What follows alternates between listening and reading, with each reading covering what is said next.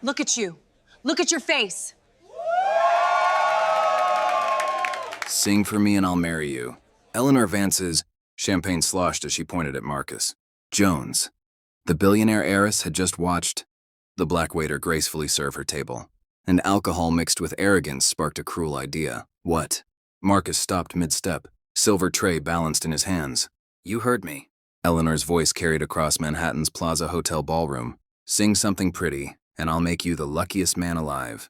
I'll marry you. Cruel laughter erupted from her circle of elite friends. Phones appeared instantly, sensing viral content. Marcus stood frozen as 200 guests turned to stare, unless Eleanor's smile turned vicious. You're too scared. Can't actually sing. Marcus felt every camera lens, every assumption, every ounce of privilege crushing down on him. Have you ever watched someone's cruelty become their own destruction? What Marcus did next broke the internet. 8 months earlier, Marcus Jones had stood on the stage at Lincoln Center, his cap and gown pristine as he accepted his master's degree in vocal performance from Juilliard, summa cum laude, the youngest in his class to receive the prestigious Whitman Fellowship. His future stretched before him like an open highway to Broadway. Then his father collapsed. The stroke came without warning, stealing Robert Jones's speech and mobility in one cruel instant. The medical bills arrived like vultures. $180,000 for emergency surgery, rehabilitation, specialized care. Marcus's family savings evaporated overnight. His mother worked double shifts at the hospital, but it wasn't enough. The man who had sacrificed everything to send his son to the world's most prestigious music school now needed saving himself. So Marcus traded his practice rooms for serving trays, his areas for yes sir and right away ma'am. Every morning at 5 a.m. before the city woke, he descended into the subway tunnels of Grand Central.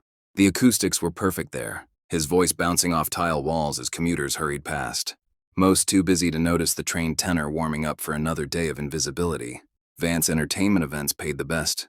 Eleanor Vance's empire dominated Broadway, film, and television, and her charity galas attracted the wealthiest donors in New York. The irony wasn't lost on Marcus serving champagne to the same people who could finance his Broadway debut with pocket change. He'd watched Eleanor operate for months. She possessed the casual cruelty that came with inherited wealth, treating artists like pets to be fed or discarded at will. Her charity theater was legendary, funding arts programs while ensuring the artists remained appropriately grateful and subservient. We help these people, he'd overheard her telling donors just last week. But let's be realistic about their limitations. The other servers shared their stories and whispered conversations. During smoke breaks, James had been called boy for 6 straight months. Maria endured comments about cleaning ladywork despite having a master's degree in hospitality. But they all needed the money, so they swallowed the daily humiliations and cashed their checks. Marcus's co-workers knew him as the guy who hummed while working, whose voice drifted through the kitchen during prep work. They called him Songbird affectionately, not knowing that his warm-ups were more sophisticated than most. Broadway performers' full repertoires. Tonight's gala was different. Marcus had noticed familiar faces in the crowd, classmates from Juilliard, now working as assistants to casting directors, music directors who remembered his senior recital.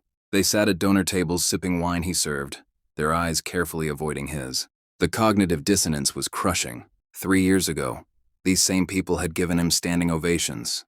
Now they pretended not to see him, protecting their own precarious positions in an industry where perception was everything. Eleanor Vance embodied everything wrong with the system. She controlled access to stages, to opportunities, to dreams themselves. Her wealth bought her the right to determine who belonged in her world and who existed to serve it. She'd built her empire on the talents of others while ensuring they remained dependent on her approval. As Marcus moved through the ballroom that evening, he carried 8 months of accumulated rage. Every dismissive glance, every casual slight, every moment his humanity had been reduced to his uniform.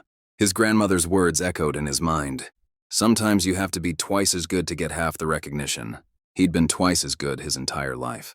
Valedictorian in high school, full scholarship to Juilliard, academic honors, performance awards, the respect of professors who'd trained Metropolitan Opera stars. But in Eleanor Vance's world, none of that mattered. He was just another black face in service clothes. The final insult came during dinner service.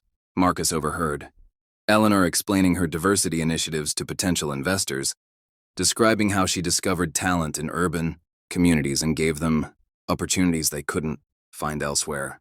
She spoke about black and brown artists like rescue animals, grateful for scraps from her table. The key, she explained to tech mogul David Chen, is managing expectations. These people have natural ability, but they lack the refinement for major productions. We give them small roles, community theater. It's perfect for everyone. Marcus's hands shook as he refilled water glasses. Every word was a dagger, each assumption a denial of his humanity. Eleanor Vance had never heard him sing, never seen his transcripts, never bothered to learn his name. To her, he was a category, not a person. The humiliation was systematic, designed to keep people like him in their place. But Eleanor had made one crucial miscalculation. She assumed Marcus's silence meant acceptance. She mistook his professionalism for submission. She had no idea that her charity case possessed a voice that could shatter crystal in a, well, that had been forged by years of proving himself in rooms where he wasn't wanted. Tonight, that miscalculation would cost her everything. The challenge wasn't spontaneous. Eleanor Vance had been building to this moment all evening, each glass of champagne amplifying her need to assert dominance. Something about Marcus's graceful movements irritated her like a splinter under manicured skin. "You heard me correctly," Eleanor repeated, her voice carrying across the marble ballroom. "Sing something pretty and I'll marry you." The crowd formed a loose circle, phones held high like digital torches. What Eleanor didn't know was that Broadway casting director Lena Petrova sat incognito at table 12, suddenly very interested in the unfolding drama. "Unless you can't actually sing," Eleanor's voice dripped with false concern. "All that bragging about natural talent." Marcus set his serving tray down with deliberate precision. The crystal glasses clinked softly, the only sound in the silent ballroom. His mind raced through possibilities. Walk away and keep his job or accept this public humiliation disguised as opportunity. "I accept your challenge," Marcus said quietly. "But when I'm done, we discuss this marriage proposal seriously." Eleanor's laugh was sharp as breaking glass. "What are you going to sing?" "Something from the streets." "Actually," Marcus removed his server's jacket, folding it over a chair. "I was thinking Puccini's Nessun Dorma. Are you familiar with opera, Miss Vance?" The question hung like a challenge returned. Eleanor's smile faltered, a micro-expression caught by dozens of phones. "Opera? How pretentious. But go ahead, impress us." Marcus walked to the center of the space. The ballroom's acoustics were excellent, high ceilings and marble surfaces that would carry sound beautifully. "This area," Marcus addressed the crowd, "is about a prince proving himself through impossible challenges." Seemed appropriate. Lena Petrova leaned forward at table 12. Something in Marcus's bearing suggested this wouldn't be karaoke. Marcus closed his eyes, finding his center. In his mind, he was back in the subway tunnels at dawn, where his voice could soar without judgment. He thought of his father, his mother's double shifts.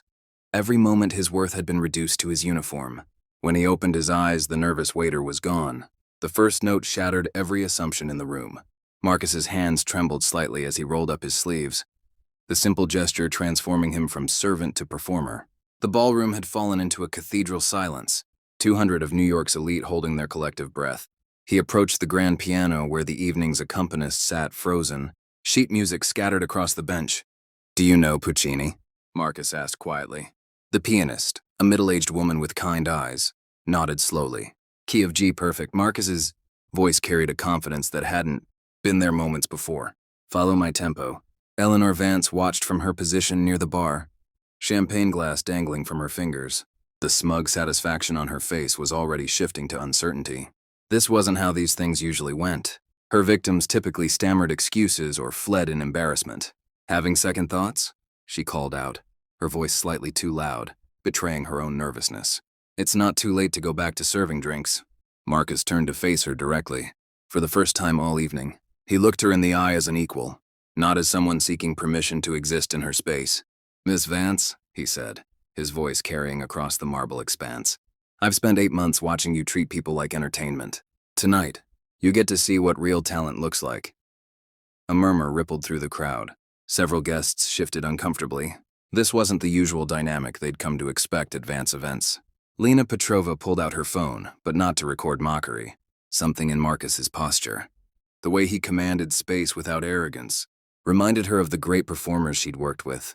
Her finger hovered over the record button, sensing she was about to witness something remarkable. Eleanor's laugh came out forced, hollow. Bold words for someone whose biggest stage is a catering kitchen. Actually, Marcus smiled, the expression transforming his entire face. My biggest stage was Lincoln Center, but tonight this will do. The pianist played the opening notes, delicate and haunting.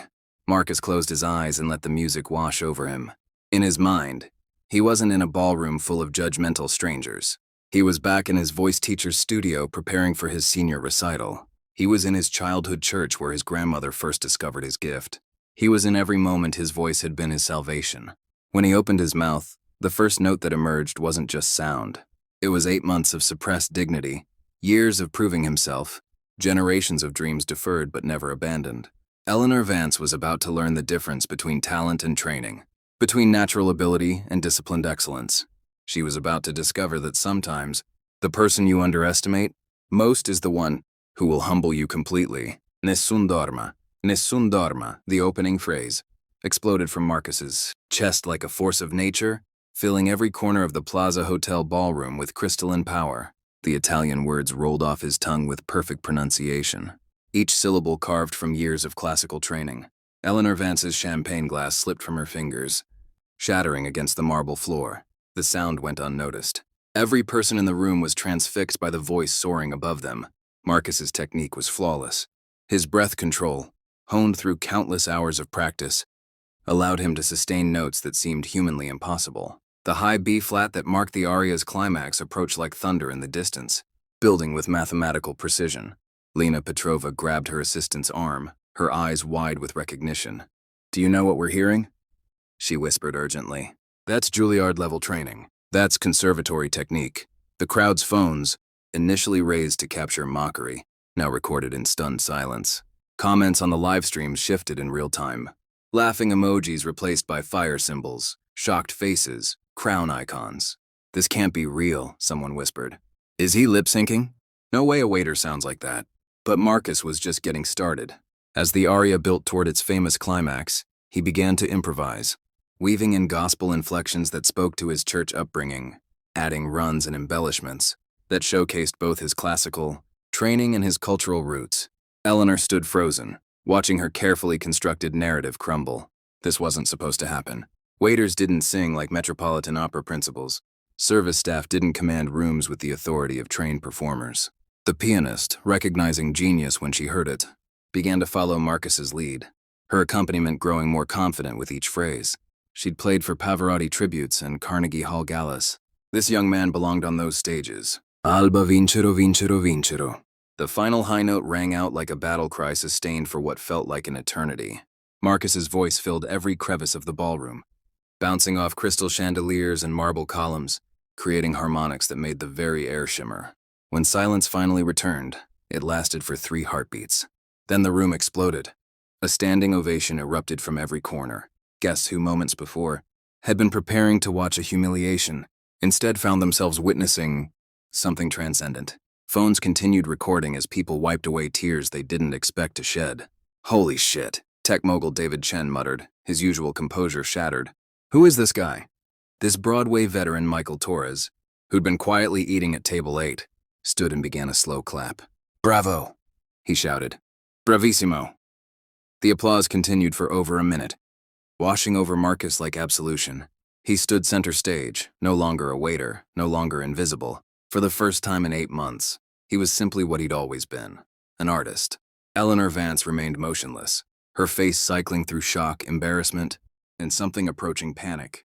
Around her, donors and industry professionals buzzed with excitement. Where has he been hiding? Why is he serving drinks? Someone get him an agent. Lena Petrova was already moving, pushing through the crowd toward Marcus. She'd discovered stars before, plucked unknowns from obscurity, and placed them on Broadway stages. But she'd never found one serving canapes at a charity gala. "Excuse me," she called out, her voice cutting through the continuing applause. "I'm Lena Petrova, casting director for the upcoming Phantom Revival. We need to talk." Marcus turned toward her voice, still catching his breath from the performance. The crowd began to part, creating a path between them like recognition of royalty. Eleanor found her voice at last. "Now wait just a minute," she called out, her words slurring slightly. This was just entertainment, a little fun for the evening. But the crowd's energy had shifted completely. They weren't looking at Eleanor anymore. Every eye was on Marcus, every phone still recording, every conversation about the mysterious waiter who just redefined their understanding of talent. David Chen approached Eleanor with barely concealed disgust. You had this man serving drinks? Are you insane? Do you realize what we just witnessed? He's just, Eleanor stammered, her usual confidence evaporating. He's a catering staff. That man, Lena Petrova announced to the surrounding crowd, just delivered one of the finest renditions of Nessun Dorma. I've heard outside the Met, if he's a catering staff, then I'm the Queen of England. Laughter rippled through the crowd, not at Marcus this time, but at the absurdity of the situation.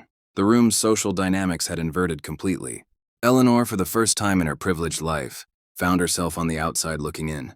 Marcus stood in the center of it all, still processing what had just happened.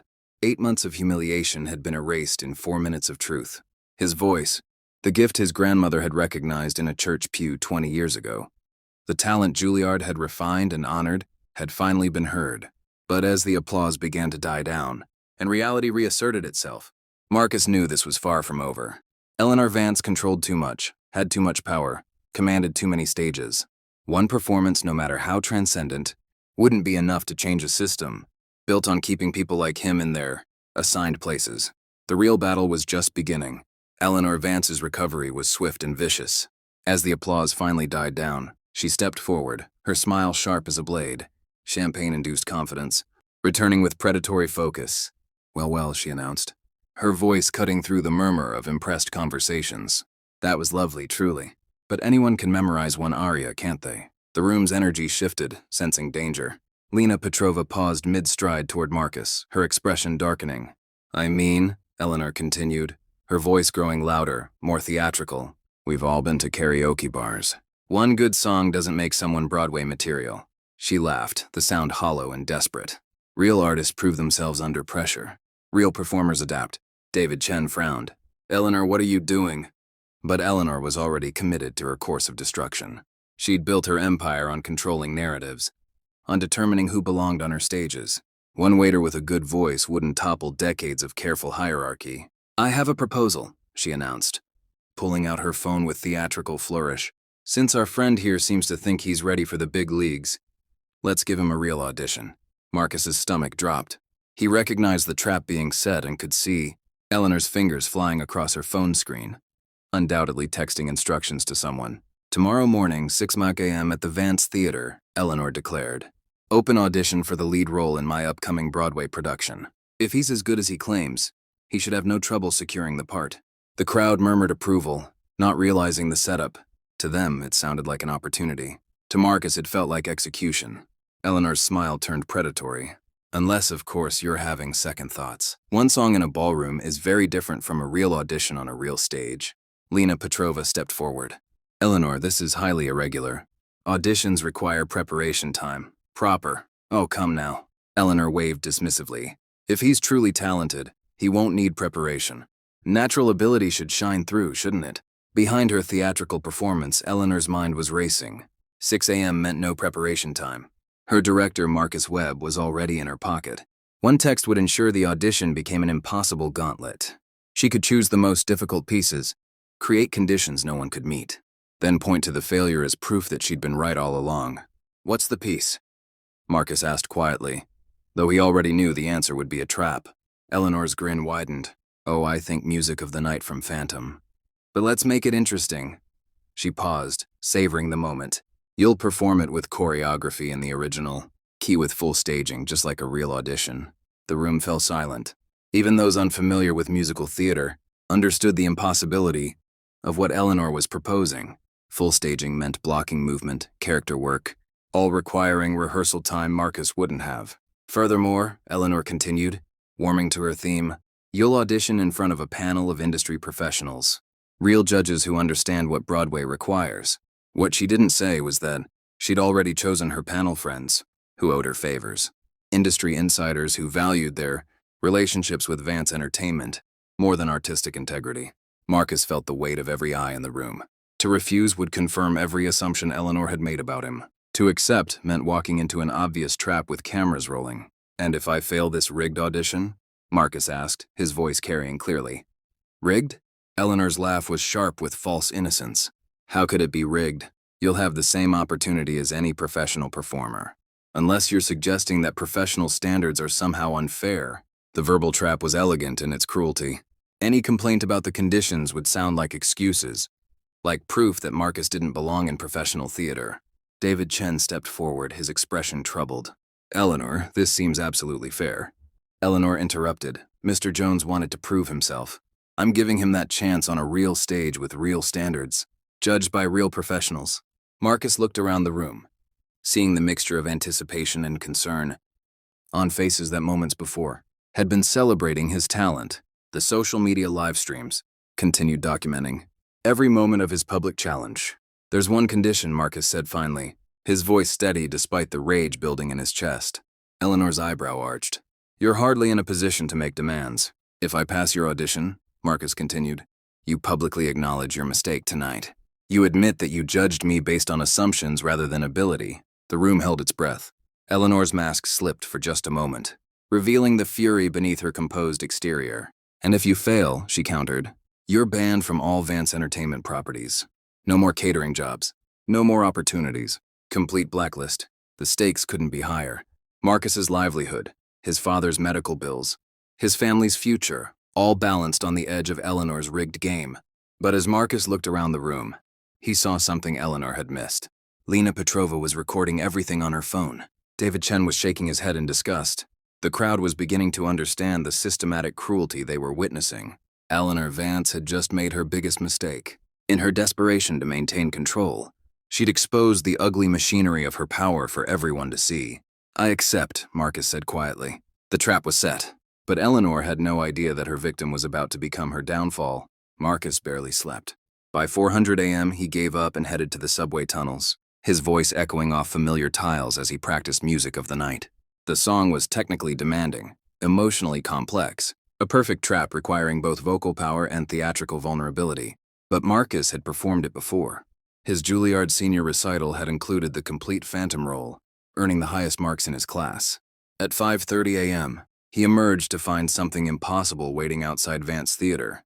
Nearly 200 people bundled against the morning cold, holding coffee and phones. College students, Broadway fans, voice teachers with students' word had spread through the theater community overnight.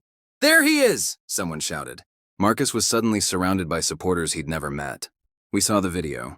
Show them what real talent looks like. Lena Petrova pushed through the crowd, her expression urgent. Marcus, we need to talk. She pulled him aside, whispering, I've been making calls all night. Eleanor's rigged this completely. The panel is stacked with people who owe Vance Entertainment everything. However, she continued with a grim smile. They don't know I'm here. Officially observing, unofficially documenting everything for a Broadway integrity investigation. At 5:55 a.m., Eleanor's car arrived. She stepped out expecting an empty street and a broken young man, ready to accept defeat quietly. Instead, she found witnesses, cameras and live streamers documenting every moment. Her private execution had become a public trial. What is this? She demanded. Justice, called a voice from the crowd. We're here to see fair play. Eleanor's face went pale. This wasn't supposed to happen. Auditions were controlled environments, where she managed outcomes without oversight. David Chen emerged from the crowd, his expression cold. Eleanor, I hope you're prepared to honor your commitments. The world is watching. As theater doors opened, Marcus walked through no longer alone. He carried hopes of everyone who'd been underestimated, told they didn't belong. Eleanor Vance wanted to destroy him privately. Instead, she'd created the stage for her own reckoning. Inside the Vance Theater, Eleanor's panic transformed into calculated malice. She'd built her empire by crushing threats before they could grow. And Marcus Jones had become an existential danger to everything she'd constructed. Change of plans, she whispered urgently to Marcus Webb, her director, as the crowd filed into the theater. Make this impossible. Webb nodded. His loyalty bought and paid for through years of Eleanor's patronage. What do you want me to do? Everything. Wrong key, no warm-up, add dance requirements, and get those plants in the audience ready to ask the right questions. Eleanor had prepared for this moment. Scattered throughout the crowd were her employees. Casting assistants, junior agents, people whose careers depended on her approval. Their job was simple. Create doubt about Marcus's legitimacy at crucial moments. As Marcus took the stage, Eleanor announced the adjusted parameters of the audition. We've decided to make this more authentic to real Broadway. Conditions: Mr. Jones will perform music of the night in the original key of E-flat minor, no accompanist, just the backing track. Professional performers should be able to adapt. The key change was devastating. Most tenors performed the piece in D minor for vocal safety. E-flat minor pushed the high notes into a dangerous range that could shatter even trained voices. Additionally, Eleanor continued, her smile poisonous. Since this is for a lead role, we'll need to see movement and stage presence. Please incorporate the staging from the original production. Lena Petrova stood up in the audience. This is highly irregular. No audition includes choreography. Without rehearsal time. Ms. Petrova, Eleanor's voice turned icy. This is a Vance entertainment audition. We set our own standards, but Eleanor's cruelest stroke was still coming. As Marcus prepared to begin, one of her planted audience members raised his hand. "Excuse me," the man called out, "but shouldn't we know more about Mr. Jones's background? I mean, if he's really qualified for Broadway, where has he been performing?" Eleanor seized the opening like a predator. "An excellent point, Mr. Jones. Please tell us about your recent professional experience." The trap was elegant in its cruelty. Marcus couldn't mention Juilliard without exposing his overqualification for the catering job, making his current situation seem suspicious. But admitting to only service work would undermine his credibility as a performer. "I've been focusing on private study," Marcus said carefully. Another plant in the audience scoffed loudly. "Private study? That's code for unemployment, isn't it?" Nervous laughter rippled through parts of the crowd. Eleanor smiled triumphantly. Furthermore, she announced, "We've discovered some interesting information about Mr. Jones's financial situation. Apparently, he's been working service jobs to pay off significant debts. One has to wonder if this is all just a publicity stunt to advance his circumstances." The accusation hung in the air like poison. Eleanor had weaponized Marcus's most vulnerable point, his father's medical bills, the financial desperation that had forced him into service work and turned it into evidence of dishonest motives. "That's disgusting," someone called from the audience, but Eleanor pressed her advantage. "I'm not judging," she said with false sympathy. "But we need to consider whether this young man is genuinely talented or simply desperate for attention and financial opportunity." Marcus felt the shift in the room's energy. Doubt crept across faces that had been supportive moments before. The systematic assassination of his character was surgical in its precision. Marcus Webb stepped forward with the final blow. "Given these concerns about authenticity, I think we should also test Mr. Jones's versatility. After music of the night, perhaps he could perform something more suited to his background. Some hip-hop, maybe something urban." The racism was so blatant, so casually delivered that several audience members gasped audibly, but Eleanor nodded approvingly. "Excellent suggestion. Real performers should be comfortable with various genres." Marcus stood center stage, feeling the weight of systematic oppression crushing down on him. Every assumption, every stereotype, every barrier he'd spent his life overcoming had been weaponized against him in a matter of minutes. The crowd's cameras continued recording, documenting not just an audition, but the ugly machinery of institutional racism operating in real time. Eleanor Vance thought she'd cornered her prey. She'd exposed his vulnerabilities, questioned his motives, and set impossible standards designed to ensure his failure. But she'd made one crucial error. In her desperation to destroy Marcus, she'd revealed her own character so completely that even her supporters began to recoil in disgust. David Chen stood up slowly, his face dark with anger. "Eleanor, this is reprehensible. You're destroying your own reputation." "I'm maintaining standards," Eleanor snapped back, her mask finally slipping completely.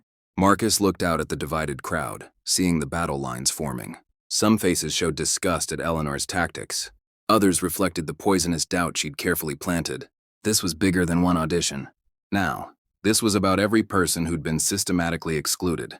Every talent dismissed because it didn't fit predetermined categories. Every dream deferred by institutional bias.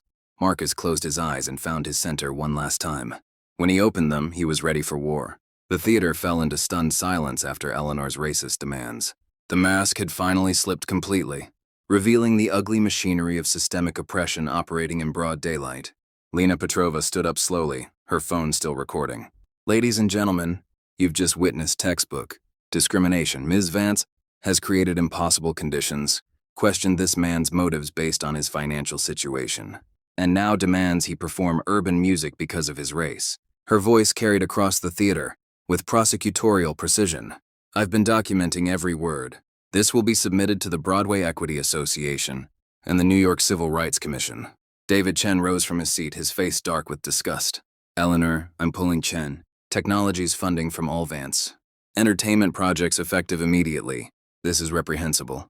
Eleanor's confident mask cracked. David, you're overreacting. I'm simply maintaining professional standards. Professional standards. A new voice cut through the theater. Broadway veteran Michael Torres stood in the back, his presence commanding immediate attention.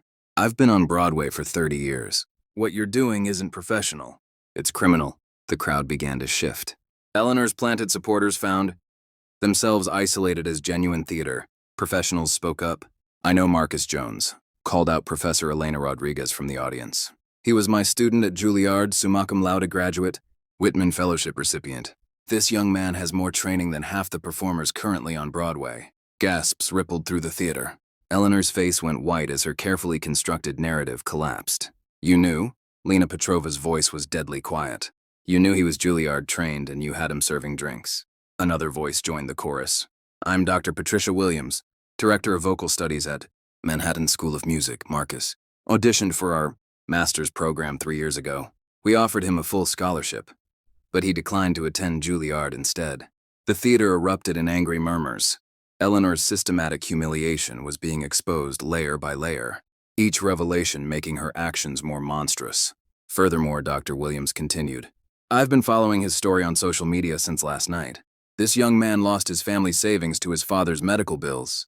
He's been working service jobs to pay for his father's care while maintaining his vocal training. That's not desperation, that's heroism.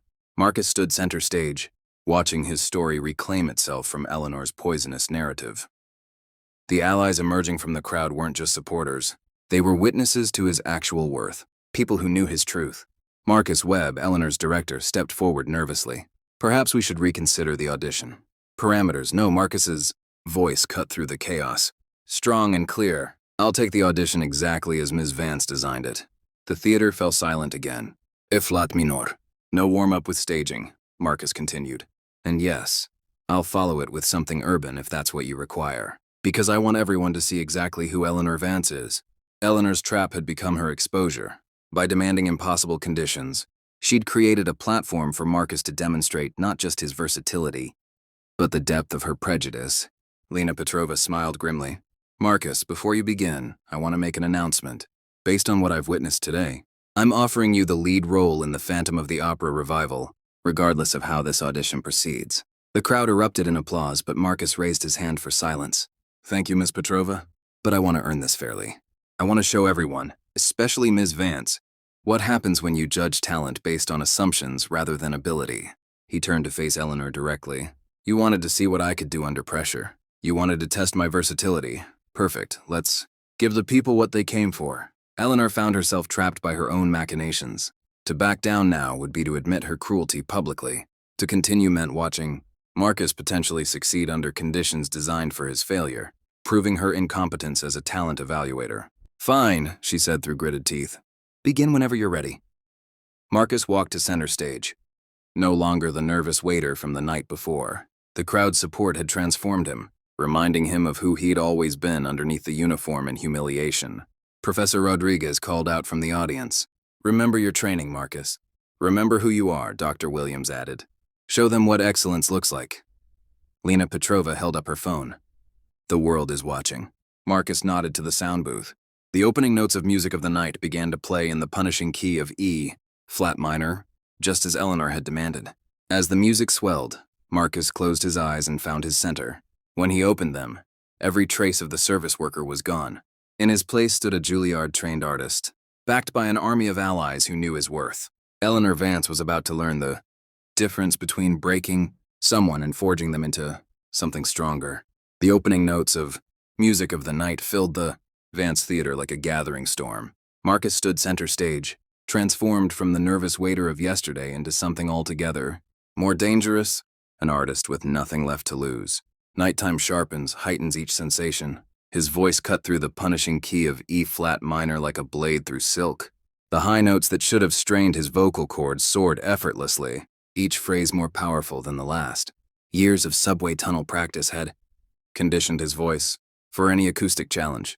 Eleanor Vance gripped her seat arms, watching her carefully constructed trap become Marcus's triumph. The impossible key that should have broken him only showcased the true extent of his training. But Marcus wasn't finished. As the song reached its bridge, he began to move.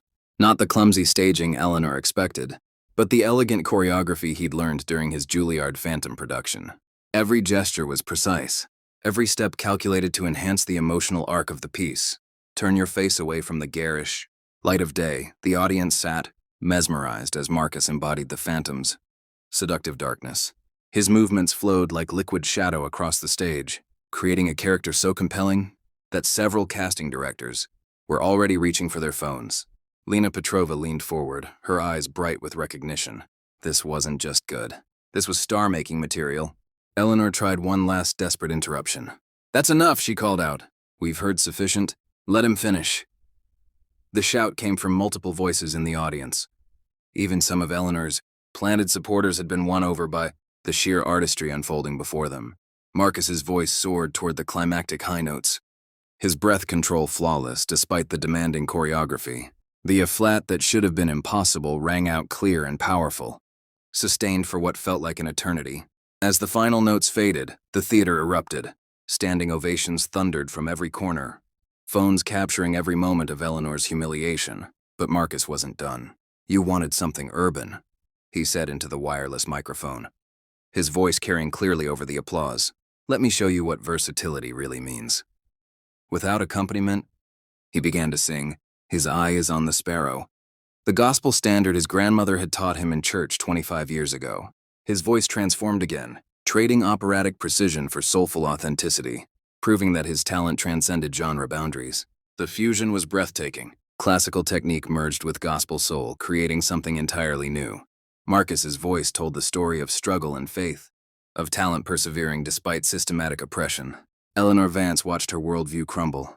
This man, this waiter, commanded more artistic range in 5 minutes than most of her contracted performers showed in their entire careers. Marcus Webb stepped forward, his face pale. "I've never seen anything like this, Miss Vance. We have to offer him the role." "Absolutely not," Eleanor snapped, her composure finally shattering completely. "This is my theater, my production, my decision."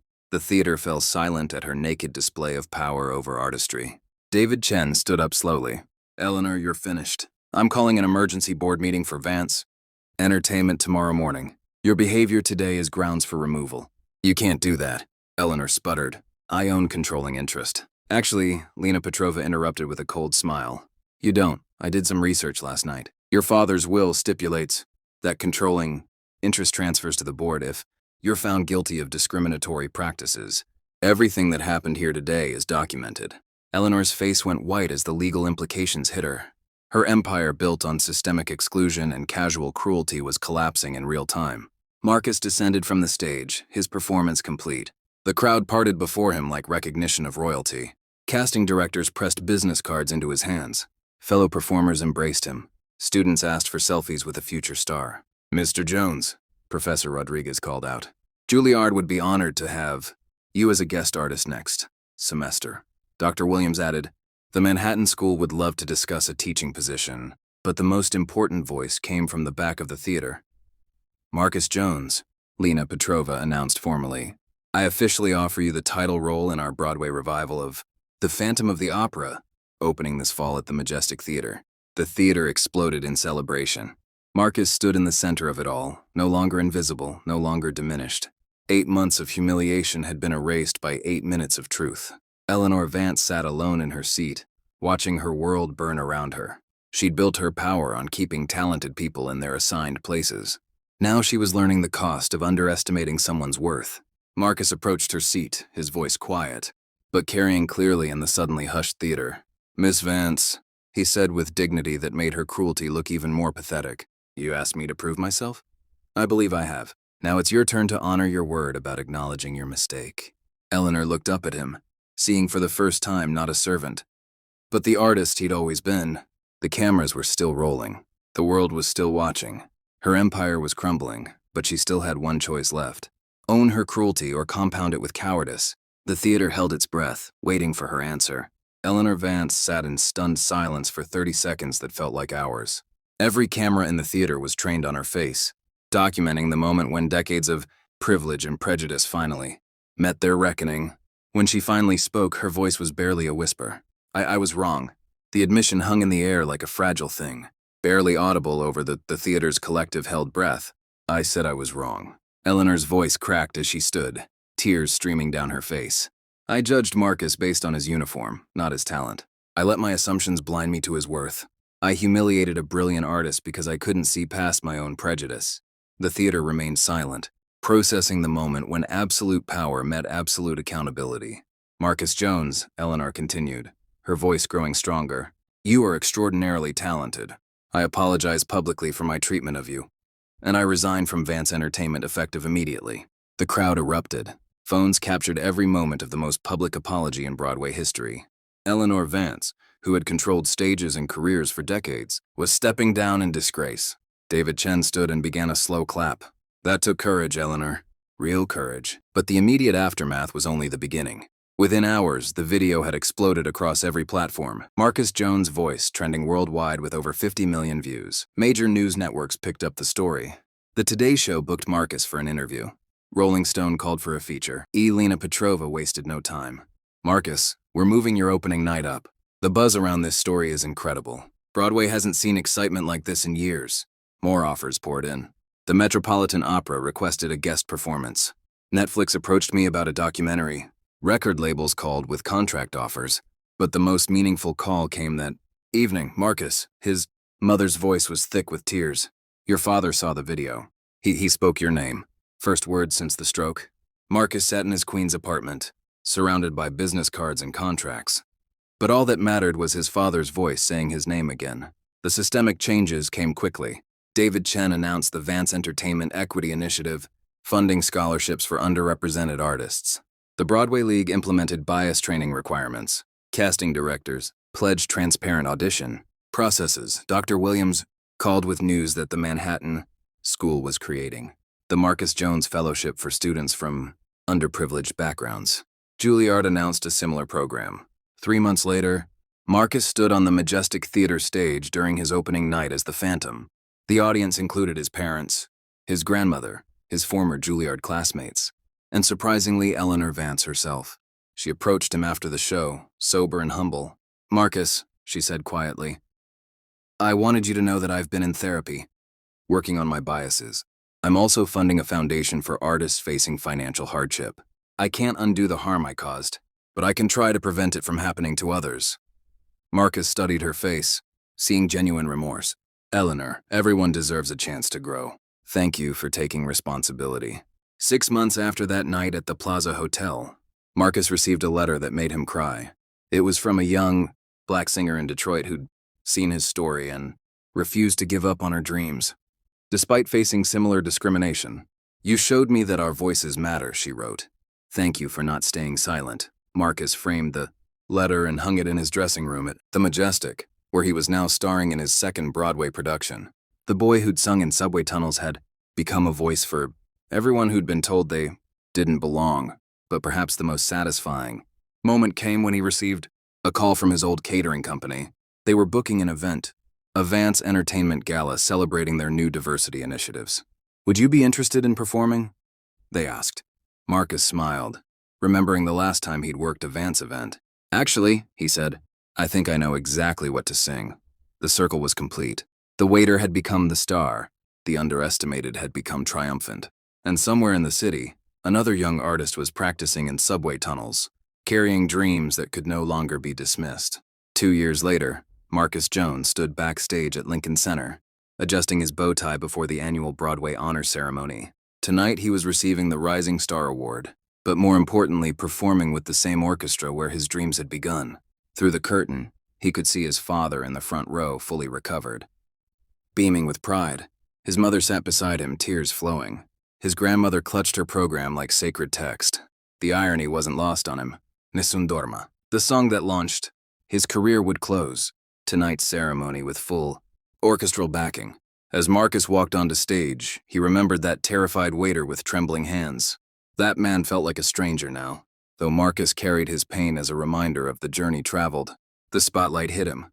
Marcus opened his mouth and sang, his voice soaring over the orchestra, filling Lincoln Center with the same power that once silenced a charity gala, but now it carried something more: hope, vindication, and unshakable knowledge that talent overcomes any system designed to suppress it. Alla vincero, vincero, vincero. The final notes rang out like victory. And Marcus thought of young artists watching at home, seeing themselves in his success. Your voice matters. Your dreams are valid. Sometimes the impossible stage is just one brave moment away. If you were in Marcus's position that night, would you have taken Eleanor's challenge? What song would you choose to prove your worth? Share below. Every voice deserves to be heard. Sharp viewers caught something at 3:47 when Marcus mentions Puccini watching Eleanor's face. That micro-expression reveals the exact moment she realized her mistake. Subscribe if you believe talent has no color, dignity has no price, and dreams delayed are never dreams denied. Stories like Marcus's prove that sometimes one voice changes everything. At Black Voices Uncut, we don't polish away the pain or water down the message. We tell it like it is because the truth deserves nothing less. If today's story spoke to you, click like, join the conversation in the comments, and subscribe so you'll be here for the next Uncut Voice.